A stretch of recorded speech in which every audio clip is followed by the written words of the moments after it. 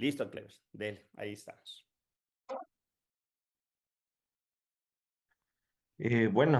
Buenos días, estimado profe. Buenos días a todos mis compañeros. En este caso, nosotros somos del grupo 2. El tema que vamos a exponer y explicar un poquito es acerca del modelado de un PFC, un convertidor con norma FCC clase B. Los integrantes del grupo,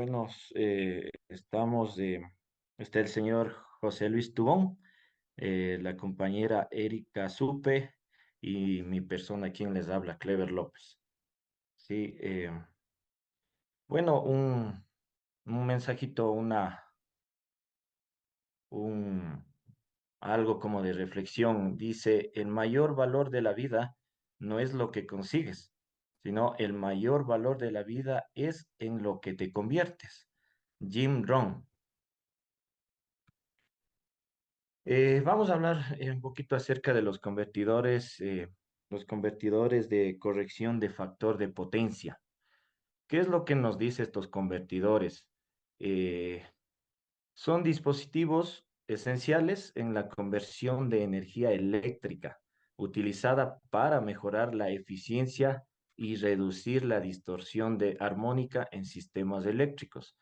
¿Qué es lo que nos menciona aquí? Que debemos, en base a este factor, nosotros vamos a ver cuál es el factor de potencia de la energía, es decir, si es que lo estamos aprovechando la energía demandada con la consumida, es decir, que no haya desperdicio. ¿Sí? De eso se trata lo que son en este caso, una corrección del factor de potencia. ¿Qué es el factor de potencia? Como les había dicho, bueno, es una medida que indica la eficiencia. Eficiencia, hablamos cero desperdicios, con la que se utiliza la energía eléctrica definida como la relación entre la potencia activa real que realiza el trabajo útil y una potencia aparente total que fluye en el circuito. Bueno, lo ideal y lo que siempre es recomendable y lo que nos han dicho, sea en la parte industrial o en este caso en el tema de sistemas de propulsión eléctrica, que un factor de potencia ideal es uno. Sí, mientras más alto sea el factor de potencia, es mejor. Si es bajo, no es bueno. Y hay que ver la causa en donde estamos haciendo un mal uso de energía y cosas así. Lo que significa, dice que toda la energía consumida se utiliza efectivamente. Ahí está, efectivamente. Sin embargo, en muchos sistemas eléctricos, especialmente aquellos que utilizan cargas inductivas como motores y transformadores, el factor de potencia puede ser significativamente menor que uno, lo que resulta en pérdidas de energía. ¿Sí? Como les había mencionado, el factor de potencia, lo ideal es uno. Si es bajo, no es bueno, porque ahí nos toca indagar, llegar a una causa raíz en donde se está perdiendo la energía y eso nos puede dar problemas, ¿no? Y más allá de eso, consumos, si hablamos de la parte industrial, subida en tema de dólares, de planilla eléctrica y cosas así. Entonces, no es bueno y el cual toca ya indagarnos nosotros mismos y buscar una solución. ¿Sí? ¿Qué es lo que nos dice acerca del funcionamiento de estos conversores? Dice que operan mediante la regulación de la corriente y la tensión en la entrada de un sistema eléctrico.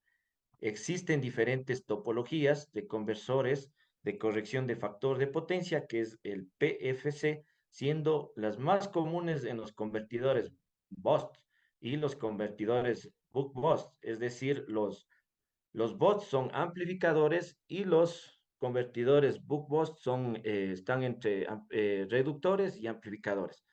Aquí, como lo menciona ahí, estos conversores dice que tienen que ir a la entrada de un sistema eléctrico y eso es lo que nos mencionaba en clases anteriores. Sí, hablando un poquito acerca del convertidor BOST, que es un amplificador, este tipo de conversor eleva la tensión, como bien lo había dicho, la tensión de entrada a un nivel superior permitiendo que la corriente de entrada siga la forma de onda de la tensión de la red eléctrica. Esto se traduce en un factor de potencia más alto y una menor distorsión armónica, ¿sí? Y hablando un poquito del convertidor backbot, este conversor puede tanto elevar como reducir la tensión de entrada, lo que hace versátil para aplicaciones donde la tensión de entrada puede variar significativamente, ¿sí? Ahora, cuál es el principio de funcionamiento del convertidor de corrección de factor de potencia? Dice, operan mediante una regulación del factor de potencia en la entrada en un sistema eléctrico, utilizando técnicas como la modulación por ancho de pulso. Aquí tenemos la señal, la PWM, para controlar la corriente y el voltaje. Esto permite que el convertidor opere de manera más eficiente, minimizando las pérdidas de energía y mejorando la calidad de la señal eléctrica. Hablábamos un poquito de esto de la modulación por ancho de pulso, el PWM, que, bueno, posterior lo vamos a ver cuál es cómo funciona esto mediante la simulación. Sí, esto, ustedes saben que esto permite para el tema del IGBT o del MOSFET, sí, la señal PWM. Acerca de la función de acerca de los convertidores, la función de los convertidores PFC en sistemas eléctricos, eh, nos indica acerca de la optimización del rendimiento energético. Estos convertidores mejoran la eficiencia del suministro eléctrico al reducir la potencia reactiva, lo que resulta en menores costos operativos y una mayor sostenibilidad en el uso de energía en sistemas eléctricos. Hablando aquí un poquito de sostenibilidad, si bien es cierto, el año anterior tuvimos el tema de esto de los apagones aquí en el país. Y obviamente la empresa eléctrica, bueno, en la empresa que yo trabajo, nos hacían un control riguroso en el tema de esto, a ver con qué factor de potencia estaban trabajando.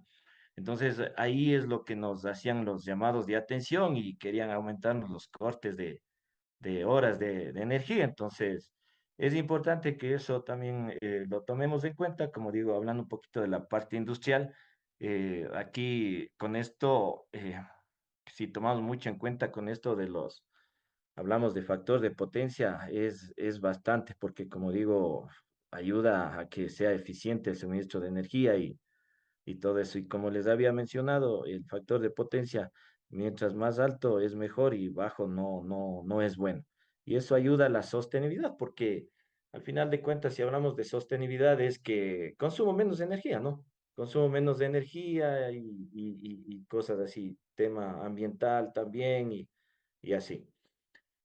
Eh, acerca de esto de los beneficios, podemos hablar un poquito de la reducción de costos energéticos, ¿sí?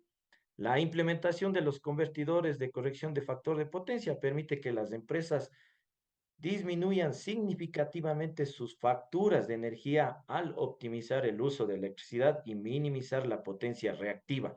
Reactiva, algo que se está desperdiciando por ahí, lo que había mencionado anteriormente. Mejora la calidad de energía, también mediante estos convertidores, corrigen el desfase entre corriente y tensión, lo que resulta que la energía más estable y de mejor calidad, beneficiando a todos los equipos conectados que tenemos en la industria o en el tema de un vehículo eléctrico también. Sí, y hablando un poquito de la sostenibilidad ambiental, al aumentar la eficiencia energética, los convertidores de corrección de factor de potencia contribuyen a la reducción de la generación de electricidad a partir de fuentes contaminantes, alineándose con objetivos de sostenibilidad global. Es decir, que el tema de esto del factor de potencia es bastante importante, bastante importante. Ya lo acabo de mencionar, los beneficios, reducción de costos, mejora la calidad de energía y ayuda al tema ambiental también. Adicional también mejora la estabilidad. Mediante estos convertidores se estabiliza el suministro eléctrico, reduciendo fluctuaciones de energía intermitentes, las fluctuaciones o los armónicos que había hablado al inicio, ¿no? Otro tema también, aumento de la capacidad, facilitan la operación óptima de fuentes renovables, maximizando su producción energética. Y también ayuda a la reducción de emisiones. Al mejorar la eficiencia, contribuye a disminuir las emisiones de gases y de efecto invernadero. Ahora, en el tema de como ahorros, hablando como ahorros bueno, un poquito de lo que ya hablamos de los beneficios, como había mencionado, reducción de costos operativos, estos convertidores gestionan picos de carga, mejorando la fiabilidad del sistema y reducción de riesgos de fallos operativos en entornos industriales. Esto si estamos hablando en la parte industrial, podemos mencionar que si es que no tenemos un buen control con estos picos de carga, nos podemos comernos un motor de alto valor y eso no es bueno para ninguna industria. Entonces, sí tenemos que tener mucho en cuenta estos temas. Dos, estabilidad de suministro eléctrico. La implementación de convertidores de corrección de factor de potencia disminuye las tarifas eléctricas al optimizar el uso de energía activa y reactiva, generando ahorros significativos que ya hablamos anteriormente. Y acerca de la eficiencia energética mejorada, al minimizar las pérdidas de energía, los convertidores de corrección de factor de potencia maximizan la rentabilidad del sistema eléctrico, contribuyendo a un uso más sostenible de los recursos energéticos. Bueno, hablando acerca de la normativa, que esto, bueno, lo anterior hablamos del tema de factor de potencia, ahora vamos a hablar lo que es la normativa, la FCC Class B y sus requerimientos. ¿Qué significa FCC? Bueno, es una normativa que es de Comisión Federal de Comunicaciones, ¿sí? ¿Cuáles son las descripciones y requerimientos? Bueno, esta normativa de clase B de la Comisión Federal de Comunicaciones, FCC, es una norma crucial que regula los niveles admisibles de emisiones de interferencias electromagnéticas, EMI, producidos por dispositivos electrónicos. Esto anteriormente, bueno, ya se habló acerca de esto de ciertas normativas que realmente, si hablamos un poquito de la parte de automóviles eléctricos, bueno, para poder ingresar al mercado, para que cierto fabricante saque su vehículo, haga de producir sus vehículos, tiene que cumplir con estas normativas. En este caso, la normativa FCC, clase B, porque estos son los que regulan los niveles admisibles de interferencia electromagnéticas, que obviamente son producidas por dispositivos electrónicos, ¿no? En este caso, lo que como, hablaba el profe, hay ciertas cosas que permiten armónicos, perturbaciones como ruido, cosas así. Entonces, para sacar un producto, en este caso, como digo, no hablando de la parte, hablando en la parte electrodoméstica, también debe cumplir con esta normativa, debe cumplir con esta normativa y bueno, más adelante la compañera Erika, ella nos comentará un poquito acerca de los etiquetados que inclusive viene en los electrodomésticos, ¿sí? Esta normativa se aplica a los dispositivos que funcionan con el suministro de energía y están diseñados para uso general de los consumidores, incluidos vehículos eléctricos, ordenadores, televisores y electrodomésticos, lo que había hablado anteriormente, ¿sí? ¿Cuáles son los cumplimientos que deben tener las empresas o fabricante para introducir esta introducción de la norma, que es la FCC de Class B? Nos indica que acerca de la regulación de emisiones de interferencia electromagnética. Dice, establece límites específicos para las emisiones de interferencias electromagnéticas, asegurando que los dispositivos electrónicos no afecten el funcionamiento de otros equipos en su entorno. Es decir, que ponen límites, que hasta ciertas, digamos, hablando un poco del tema quizás de ruido, hasta ciertos decibeles es permisible. Caso contrario, luego estas empresas deberán proponer algo, hacer las mejoras, rediseños y cosas por el estilo. Sí, en el tema de cumplimiento y certificación, los fabricantes deben realizar pruebas rigurosas, ahí está, para demostrar que sus productos cumplen con la norma, lo que garantiza la fiabilidad y seguridad de los dispositivos en el mercado. Sí, fiabilidad, hablamos también de confiabilidad, o sea, de un correcto funcionamiento que no nos dé problemas en ciertos dispositivos electrónicos que componen para un elemento macro ya, en este caso. ¿Sí? ¿Cuáles son los niveles admisibles electromagnéticos de interferencia electromagnética? Dice, importancia de la conformidad, cumplir con los niveles admisibles de la interferencia electromagnética según la norma FCC, clase B. Es esencial. ¿Para qué? Para garantizar la interoperabilidad de dispositivos electrónicos, evitando interferencias que puedan afectar su rendimiento y satisfacción del usuario final. En este caso, como se había mencionado anteriormente, deben cumplir normas. Hablando del vehículo eléctrico, si no cumple una norma, tengan por seguro que ese vehículo nos va a dar problemas porque no va a cumplir con la normativa, otro nos va a dar problemas de señales, de sensores y el funcionamiento no va a ser el correcto. Y ahí nos va a dar un dolor de cabeza y cosas así. Entonces, bueno, en este caso creo que todos los fabricantes de los vehículos deben tener muy claro este tema de cumplir con esta normativa FCC.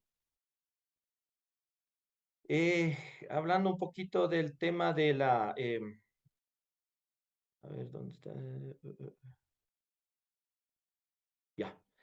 De la descripción, como les había mencionado, descripción de esta norma y sus requerimientos también, los fabricantes que realizan, en este caso, los vehículos eléctricos, que obviamente funciona con la electricidad en el caso de electrodomésticos, también ellos tienen que garantizar que sus productos respeten unos límites específicos de emisiones, de interferencia electromagnética y bueno, y las medidas son en microvoltios por metro.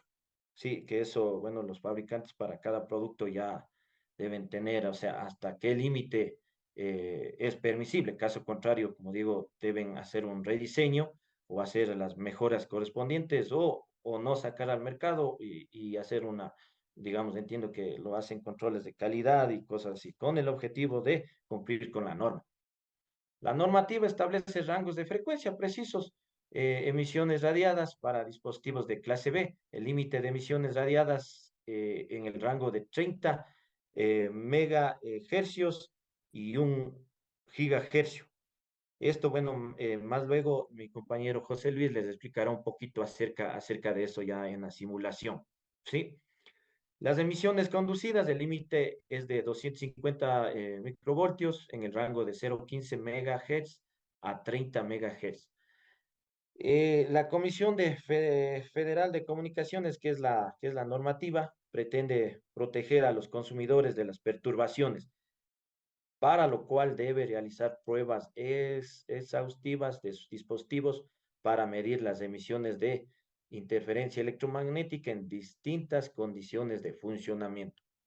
En este caso entiendo que sí, las pruebas, todo fabricante debe realizar pruebas bien rigurosas para revisar en qué nivel están en el tema de las emisiones de esto de interferencia electromagnética, ¿no?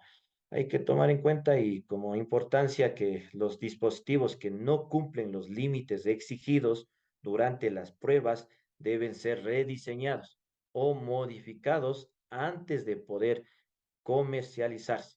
O sea, es decir, que deben cumplir con una norma antes de sacar al mercado y así. Entonces, hasta aquí me ha tocado un poquito a mí hablar acerca, como les digo, hablé acerca del factor de potencia, cuál es la importancia y cómo perjudica cuando un factor de potencia es bajo. Hemos visto los beneficios, hemos hablado un poquito acerca de esta norma, la FCC Class B, y cómo también es aplicado a la parte de automovilística, ¿no? En este caso, los vehículos eléctricos. A continuación, mi compañera Erika les va a hablar un poquito más del tema y luego iríamos cerrando con nuestro compañero José Luis, el cual él va a hacer la demostración de las simulaciones. Puede ser en la presentación, eh, lo tenemos aquí en la presentación y él les explicará un poquito acerca de eso. Por mi parte, hasta aquí sería mi intervención, estimado profe, compañeros presentes. Muchas gracias. Gracias, Clever. Listo, continuemos entonces, Paul. Buenos días con todos. Muchas gracias, Clever, por la siguiente diapositiva. Gracias. Referente a la norma CFCC Class B, tenemos lo que es el etiquetado y requisitos para los dispositivos electrónicos.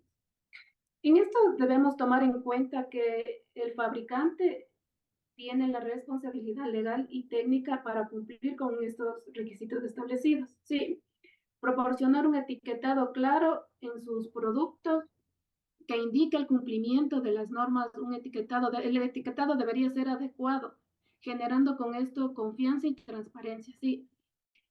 En sí, el etiquetado no solo serviría como marca de conformidad, sino también informando a los consumidores sobre un rendimiento del dispositivo y el cumplimiento de la compatibilidad electromagnética. Sí, aquí tenemos lo que es la importancia del etiquetado, normativas de seguridad y responsabilidad del fabricante.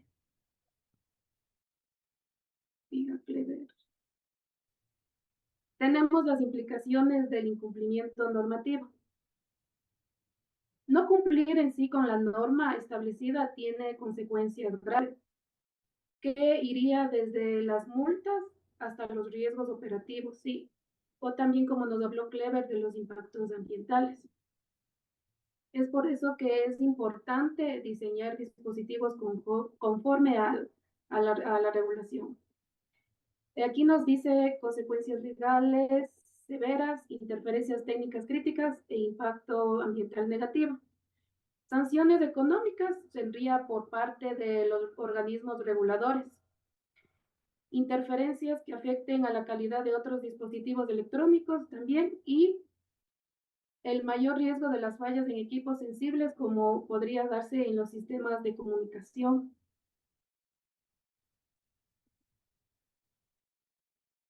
Ya, vamos a hablar sobre el modelado y estrategias del control del PFC. Sí. Para diseñar un convertidor PFC eficiente es necesario modelarlo también matemáticamente. Existen en esta parte ecuaciones diferenciales y análisis del espacio de estados para, se puede decir, para predecir su comportamiento y optimizar su desempeño. Sí. Un buen modelado que nos permite es mejorar la eficiencia y minimizar pérdidas.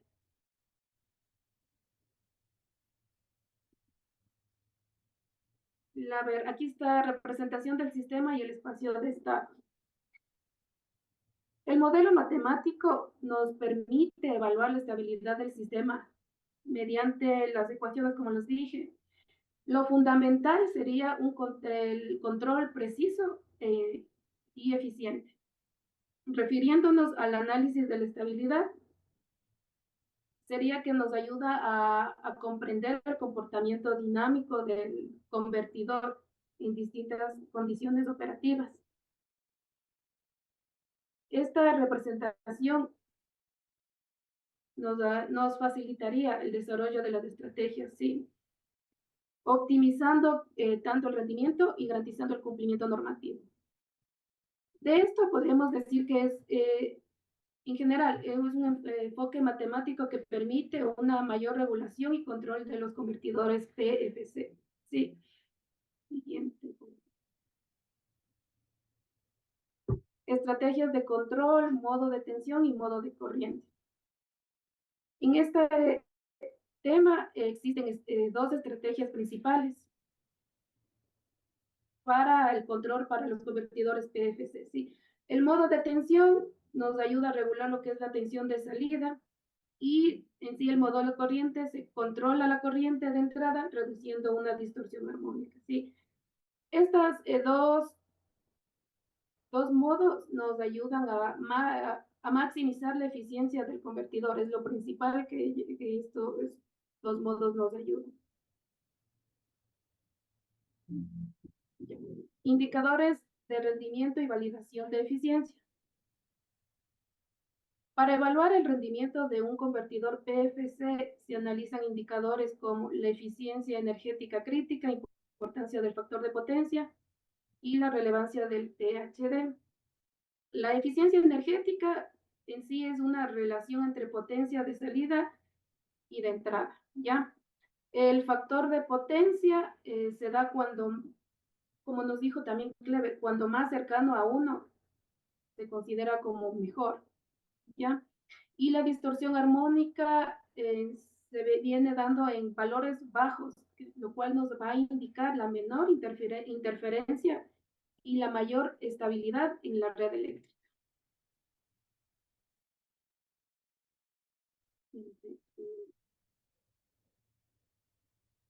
Implementaciones reales de convertidores PFC. A ver, aquí nos dice los convertidores de correlación del factor de potencia PFC juegan un papel esencial. Sí.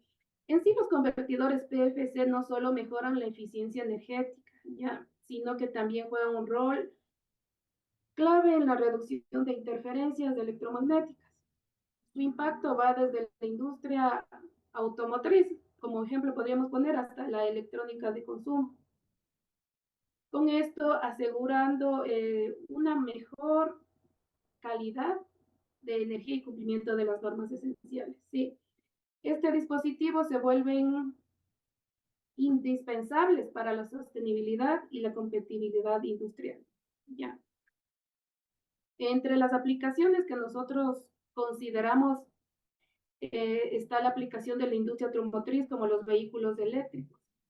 Como ejemplo, tenemos al Tesla Model S y su sistema de carga. En esta parte, Tesla emplea convertidores PFC en sus cargadores para mejorar la eficiencia y cumplir con regulaciones sobre interferencias electromagnéticas, lo que permite una carga limpia y segura, logrando así aprovechar al máximo la energía de la red, ¿sí? Reduciendo con esto las pérdidas durante la carga.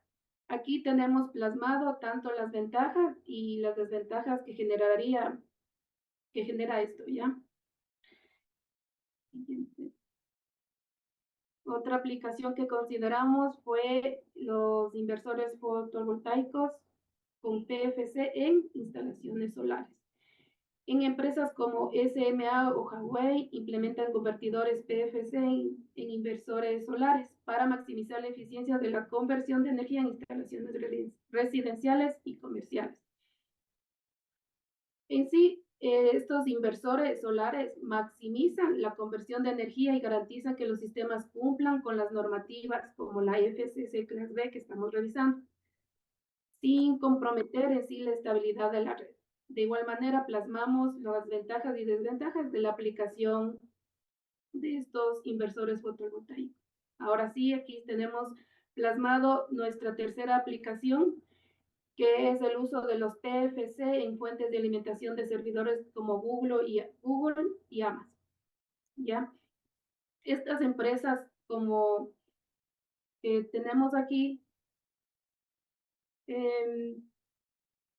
tienen o utilizan fuentes como PFC activo en sus servidores, ¿ya? Para garantizar de igual manera, el objetivo de esto es la eficiencia energética, cumpliendo los estándares y asegurar un entorno libre de interferencias en sus centros de datos.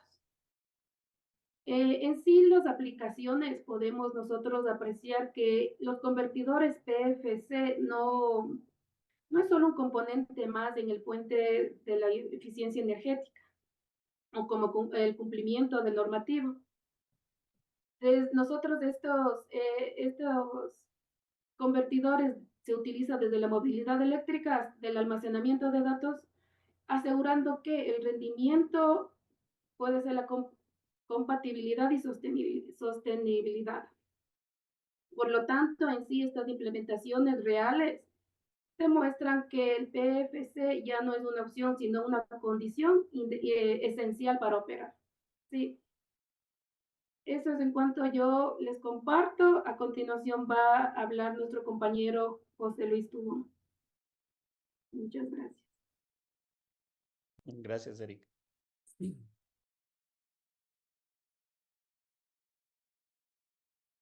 Compañeros, buenos días. No sé si me escuchan. Buenos días. Sí, sí se escucha, sí, fíjate, José Luis.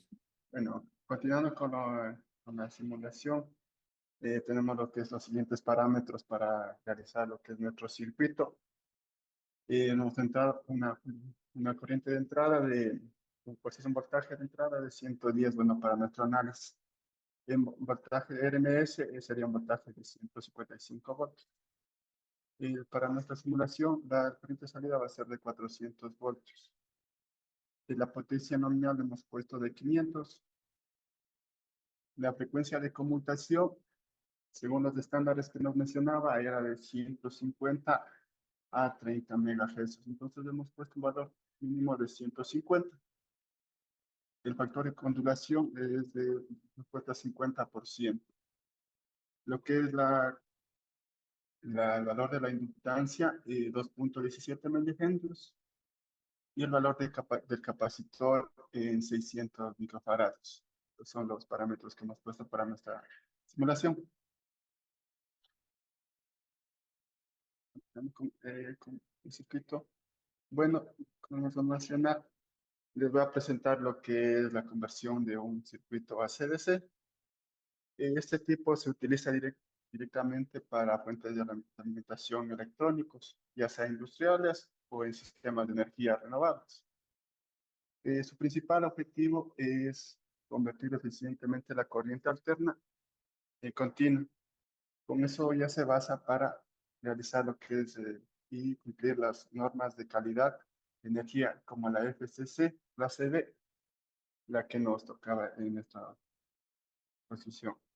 Bueno, para eso hemos hecho en 4 etapas.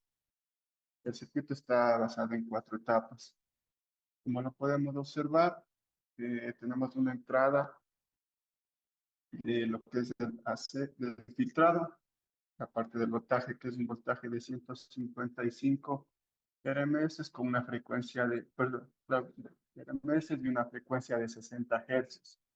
Aquí, a continuación tenemos lo que es la parte del filtrado. Le hemos puesto un valor de inductancia de 100, se observa bien, de 100 milihenrios y un capacitor de 1.2. Esto es lo que nos ayuda a ver lo que es la oscilación del THD, o sea, para ver lo que es la distorsión armónica total en lo que es el ingreso de la corriente. Como la siguiente etapa tenemos lo que es etapa de corrección de factor de potencia del tipo Voss, para lo cual hemos utilizado lo que es dos transistores MOSFET para lo que controla el encendido y el apagado. Como mencioné anteriormente, en los inductores hemos puesto un valor de 2.17 ese milihenrio. También cabe importante mencionar que aquí lo que para lo que es la frecuencia de conmutación, hemos puesto lo que es de 150 kilohertz como la base de la oscilación. Y la etapa de salida, lo vemos lo que es directamente un condensador de 600 microfaradios, unas resistencias, lo cual tenemos para que haga lo que es el consumo de la potencia convertida. Y la fuente la fuente de corriente la hemos hecho con el STIP, lo cual ayuda a simular la carga dinámica que se activa después de 1 segundo hasta el 1 segundo. Bueno, eso podemos variar de acuerdo a nuestra simulación, pero esto para nuestro valor lo hemos puesto de 0.1 hasta 1 segundo. Eso podemos variar de acuerdo a las necesidades de nuestra simulación. Eso es siguiente. Bueno, y como última parte, iniciales. Puede regresar, compañero. Como la parte de salida, ya lo que es para la medición y análisis, hemos puesto lo que es los valores de los PRO, el voltaje de AC, la tensión de entrada, que es un voltaje de una corriente alterna. También tenemos lo que es la corriente de entrada y el voltaje de C, lo que es la tensión de salida, en lo que corresponde para verificar lo que es el valor de los 400 voltios. En sí, lo que vamos a analizar en el circuito son la entrada de la corriente alterna y la rectificación de la fuente de alimentación. Como la mencioné, tenemos una señal de 150, por un voltaje de entrada de 156 voltios, RMS, las 60 Hz, lo cual se utiliza para reducir lo que es la alta frecuencia en los armónicos. También lo mencioné lo que es la etapa de conversión del voz. Y también lo que está incluido en esto son los dos diodos que permiten la conexión de la corriente cuando para no incluir lo que es los retornos de la corriente, eso nos permite lo que son los dos diodos. Y en la salida de alta tensión tenemos lo que es el capacitor, para lo cual nos permite hacer lo que es almacenar la energía y filtrar la señal de una manera eficiente. Para la medición la medición y el análisis tenemos lo que es el osciloscopio utilizado por el STIR y el probe, lo cual nos permite visualizar lo que es la simulación.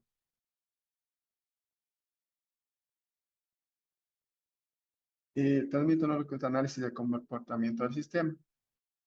Tenemos lo que es la corrección del factor de potencia, lo que es directamente lo hace la computación del MOSFET, que permite que la corriente de entrada siga la forma de onda de voltaje, de esta forma reduciendo los armónicos. La regulación del voltaje. El voltaje inicial del capacitor es de 400 voltios, que indica que el convertidor voz está diseñado para elevar su voltaje de 110 voltios AC, que sería en voltaje RMS 155 voltios, al valor de 400 voltios. La respuesta a variaciones de carga. Lo que es en la fuente de corriente, lo que tenemos es una señal tipo Steve, que nos implica lo que mencioné, que la carga cambia según el tiempo que modifiquemos en el valor del Steve, y lo cual se verifica mediante el factor de corrección de voltaje de salida.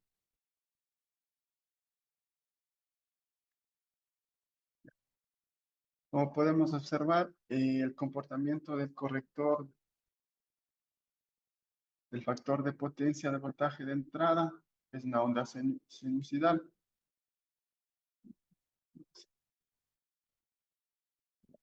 El voltaje de entrada igual es una señal con un cierto contenido armónico y es bastante limpio. El THD, o sea, la distorsión armónica total, el voltaje de entrada es de 46.8%, lo cual indica que es una distorsión significativa. Esto se debe principalmente de lo que es a la corriente de entrada, que es una onda a la onda sinusoidal. Eso pueden ver lo que es allá en el voltaje de entrada.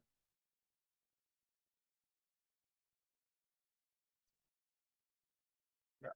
Bueno, también vamos a analizar lo que es la corriente de entrada. Y tenemos que tener en cuenta esta parte, lo que es la corriente de entrada sin filtrar, porque es una corriente de entrada sin filtrar, el cual tenemos una señal con alto contenido armónico. Y lo que es una característica antes de aplicar el filtrado en el factor de corrección. La corriente de entrada es bastante alta, que está en 79.2 y 79.4% para las dos mediciones de corriente, lo cual que implica que es una corriente fuerte de los armónicos y una mala forma de onda en la comparación con la sinusoidal.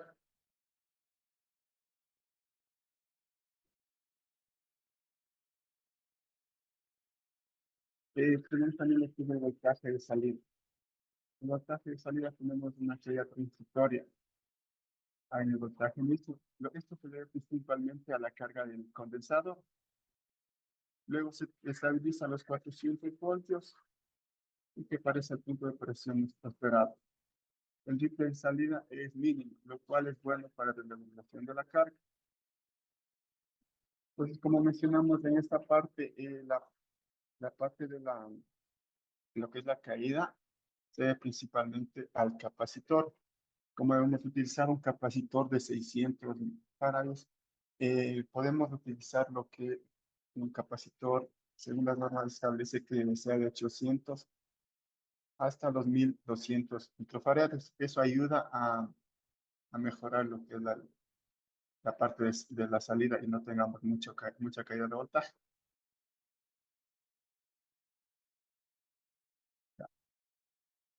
Bueno, como cabe mencionar en los circuitos anteriormente mencionados, también lo que podemos mencionar es que para nuestra simulación nos salió lo que es el valor de la corriente, del THD en la corriente muy alto.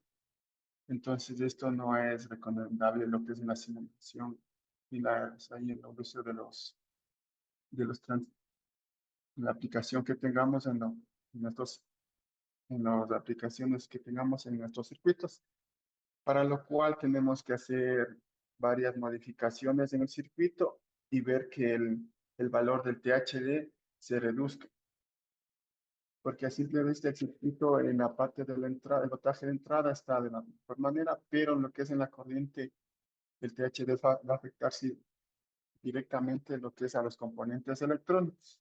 Entonces, ese es un valor, un valor que tenemos que cambiar en nuestra simulación. También siguiendo con lo que es las conclusiones, tenemos la utilización de convertidores PFC, mejora la calidad de la energía como el control de modo de tensión y corriente. Se puede lograr una eficiencia operativa que supera el 95%.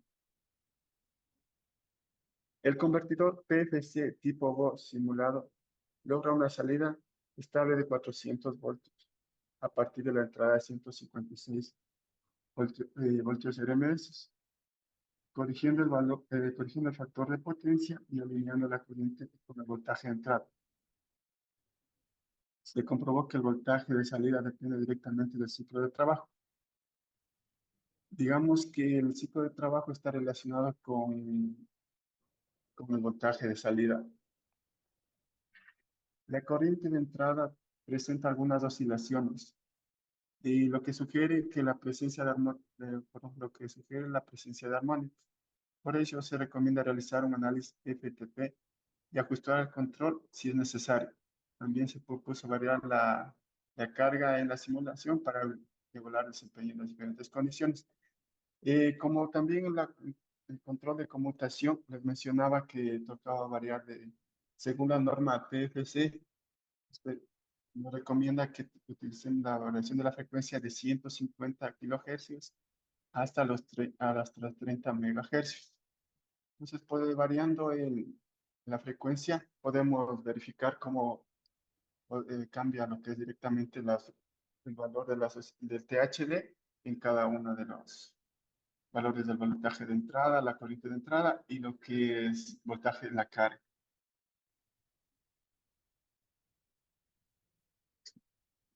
Eso sería lo que corresponde a nuestra parte de la exposición. Y tal vez alguna pregunta que tenga aparte. Listo, no, gracias, José Luis. Bien, no, les felicito muy bien la exposición. Solo unas puntualizaciones más bien de cultura general, lo que empezó indicando el Kleber, ¿no es cierto?, en el sentido de qué es la potencia activa, la potencia aparente y qué relación tiene con el factor de potencia, que efectivamente con todo lo que han mencionado, hoy en día es muy relevante en cuanto a la eficiencia energética, la sostenibilidad, el hecho de que la energía que se produce en realidad debería de tratarse que sea toda la energía que genere trabajo y efectivamente aparecía este contexto del factor de potencia que en la industria efectivamente y bueno, en la generalidad se espera que sea una relación uno en el mejor de los escenarios, pero y en la parte operativa puede volverse complejo y de hecho la electrónica de alguna manera permite que este tipo de parámetro se pueda controlar o manipular, dado cuenta de que cuando se tiene equipos eléctricos, sobre todo en el caso de máquinas rotativas, hay la potencia o la energía, perdón, la potencia se identifica en tres componentes: la potencia aparente, la potencia activa, que es la que efectivamente requerimos nosotros, y la potencia reactiva. Generalmente en lo que son máquinas rotativas, transformadores, se requiere la presencia de la potencia reactiva porque es la que genera los campos magnéticos, en el caso de un motor, para que pueda girar, ¿sí? Pero efectivamente lo que se produce es la potencia aparente, es lo que realmente es lo que se genera, es mi fuente de entrada desde la parte eléctrica, y la potencia activa es la que efectivamente es la que se transmite, si es un motor, ¿no es cierto?, al eje, y eso se transforma a su vez en energía mecánica. Es muy interesante hacer esa aclaración un poquito. Se puede ver que la potencia, estas tres potencias que acabo de mencionar, siempre se las describe en un triángulo rectángulo, ¿sí? Donde la potencia aparente representa la hipotenusa, la potencia activa representa el cateto adyacente, y la potencia reactiva es el cateto opuesto. Un poquito se utiliza la geometría en la representación de esta condición matemática, ¿no? Y ahí se puede ver que si la hipotenusa o el cateto adyacente, sí, la potencia activa, pues la hipotenusa cada vez se tiende hacia el cateto adyacente, es decir, que se está mejorando el factor de potencia, haciendo que la potencia reactiva se reduzca. Y creo un poquito vale la pena hacer ese contexto para los que conocen o manejan un poquito, tal vez saben a lo que me refiero, pero sin embargo creo que nos podemos hacer cuenta todos en ese sentido con la relación que acabo de hacer, que se utiliza en el análisis, ¿no?, del factor de potencia. Como digo, más allá de la electrónica, que es fundamental. Lo que decía Erika en cuanto a la estabilidad, efectivamente los modelos matemáticos son pertinentes, y incluso lo que dijo al último José Luis, en el sentido para hacer ese análisis de frecuencia que se hace, está conectado justamente al modelo matemático, porque ahí lo que se establece es la famosa función de transferencia, que dependiendo de cuáles son mis variables y de entradas, se hace todo un conglomerado matemático donde aparecen efectivamente ecuaciones diferenciales. Desde la modelación se aplica un concepto de las series de Fourier o la transformada de Laplace. A lo mejor por ahí en algún momento de las matemáticas también ustedes lo desarrollaron o lo vieron. Y eso me permite transformar o pasar del dominio del tiempo generalmente al dominio de la frecuencia. Y ahí es donde aparecen dos conceptos bien importantes que me permiten analizar justamente la estabilidad, que se llaman los famosos polos y ceros, que son términos de la modelación que me permiten incluso manipular justamente para hacer ese análisis. Y con lo que dijo José Luis en el último de las últimas conclusiones, que me permiten justamente poder hacer ciertas modificaciones de diseño, inclusive en todo el contexto que han conversado los compañeros, ¿sí? Para saber o mejorar este criterio, justamente para saber, en una de las gráficas que mostraba José Luis de la simulación, esta, esta caída de tensión, y claro, el sistema trata de recuperarse, ¿no es cierto?, para mantener su parte operativa. Son esos transitorios que también se generan, y a la vez también implica la inserción de ciertas distorsiones, pero claro, son operaciones en los milio microsegundos que el sistema tiene que actuar y recuperarse, ¿sí? Entonces, justamente ese análisis y sobre todo lo que decía del modelo matemático me permite jugar desde la matemática y luego transcribir a la simulación, ¿sí? Y justamente le quería hacer esa consulta en el sentido de que, aunque ya me respondió José Luis al final, que justamente una de las variables dentro del control o del sistema que se está analizando es la modulación del ancho de pulso. O sea, ese es el que de alguna manera me permite también poder manipular estas características de estabilidad, y evidentemente también en cuanto al comportamiento del factor de potencia. Como dije hace un momento, la electrónica permite utilizarle con esos beneficios, ¿no? De cómo puedo yo mejorar estas características, de qué variables puedo yo manipular. He dado cuenta que al ser electrónica eso me permite poder tener ese control, ¿sí? Más bien esa es un poquito haciendo un rápido resumen de lo que han hecho este primer grupo que está exponiendo. No sé, tal vez si los compañeros ¿Tienen alguna consulta, alguna sugerencia en cuanto a lo que han presentado el grupo de Erika, del grupo de Clever, Erika y José Luis?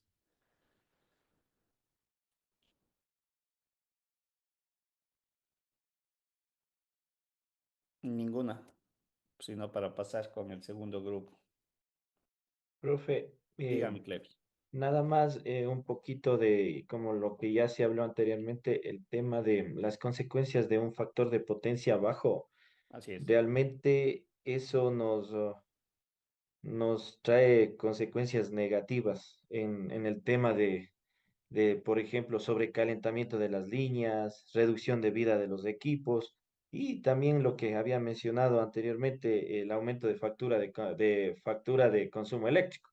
Sí, entonces, investigando un poquito y de hecho yo he observado ahí en la industria donde que yo trabajo, la gente de la parte eléctrica o de mantenimiento, ellos han ido poniendo banco de condensadores para poder mitigar algo y poder mejorar el factor de potencia. Como había mencionado yo en el estiaje del año anterior, era uno de los puntos claves que nos pedían que, o sea, cuál era el factor de potencia, tomando en cuenta que no debe haber una potencia, o sea, reactiva, que existe una corriente, un voltaje que se esté desperdiciando, no sea consumido al 100%, que eso esperaríamos. Entonces, es un poquito como en el tema de factor de potencia nada más, estimado profe. Sí, sí. Gracias, Clever. Efectivamente, lo que usted acaba de mencionar es muy importante porque lo que yo hace un instante había mencionado, entendiendo el análisis del factor de potencia, como digo, en la parte eléctrica o en la modelación, frecuentemente se utiliza, como mencioné, un triángulo rectángulo, ¿sí? Porque ahí yo puedo describir estas tres componentes. La potencia aparente, como acabé de mencionar, esa es la potencia que yo requiero en el sistema. La potencia activa es la que me permite realizar o transformar en trabajo, y la potencia reactiva, lo que también usted acaba de mencionar, o lo que yo me indicaba también, es la que me genera los campos electromagnéticos, ¿no es cierto?, para que opere el motor.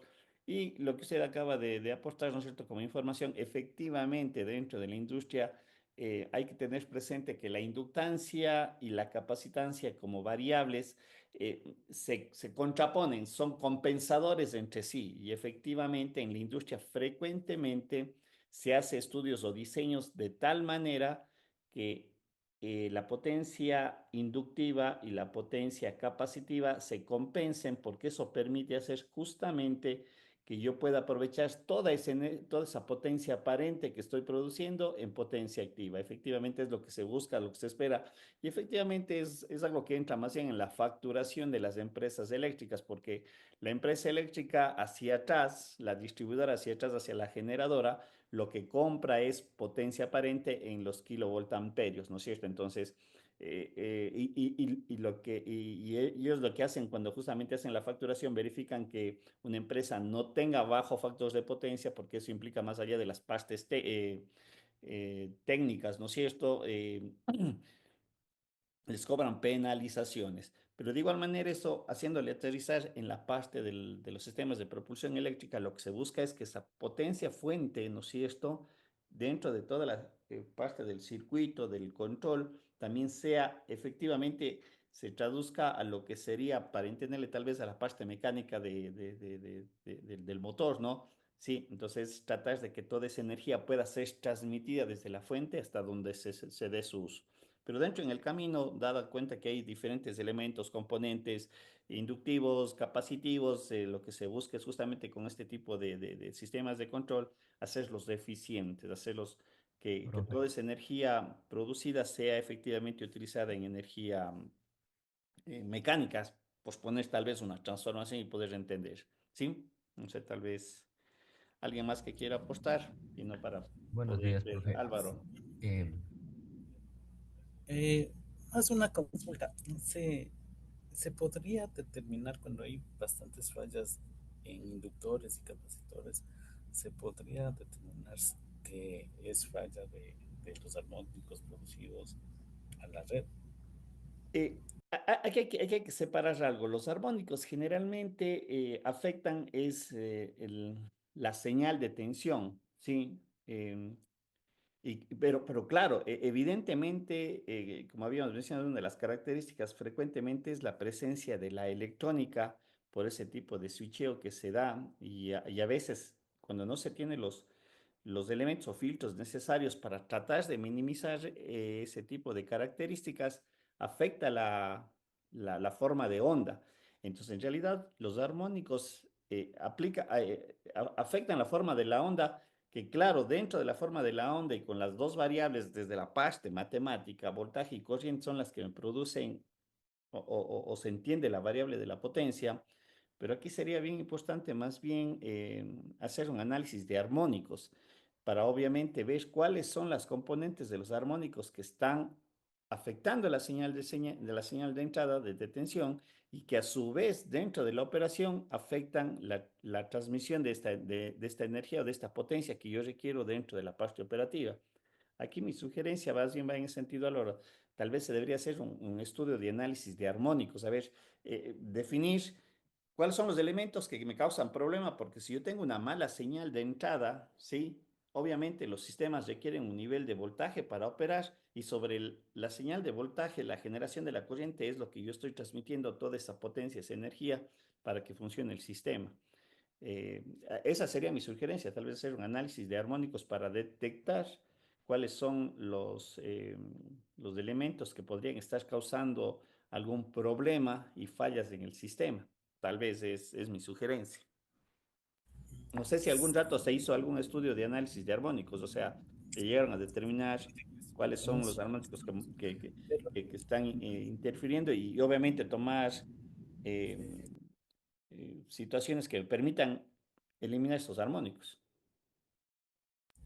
No exactamente, lo que pasa que no son generaciones centralizadas, son locales eh, y son motores por lo regular a diésel o a crudo.